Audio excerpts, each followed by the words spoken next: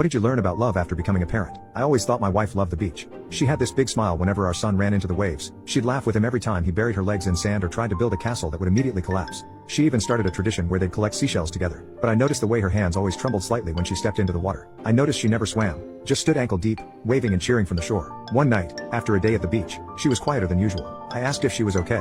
She just stared at the ceiling and whispered, "I almost drowned when I was 8. She told me how she was pulled out by a riptide during a family vacation, how the lifeguard dragged her out sputtering and silent, how her mother just told her to stop crying and grow up, and how she hadn't stepped foot in the ocean since. Until we had our son. She said, I didn't want him to be scared because I was. I wanted him to love it, even if I never could. I didn't know what to say, so I didn't. I just pulled her in closer and kissed her forehead. The next time we went, I watched her stand in waist-high water so our son could show her a crab he found. That's when I realized that love can in fact get stronger. Not just between her and me, but between a mother and her child. It looks like swallowing fear. It looks like pretending not to panic just so your kid can grow up fearless. She doesn't know I've noticed all the little ways she's been brave, but I have. And every time I see her standing in that water, pretending like it doesn't scare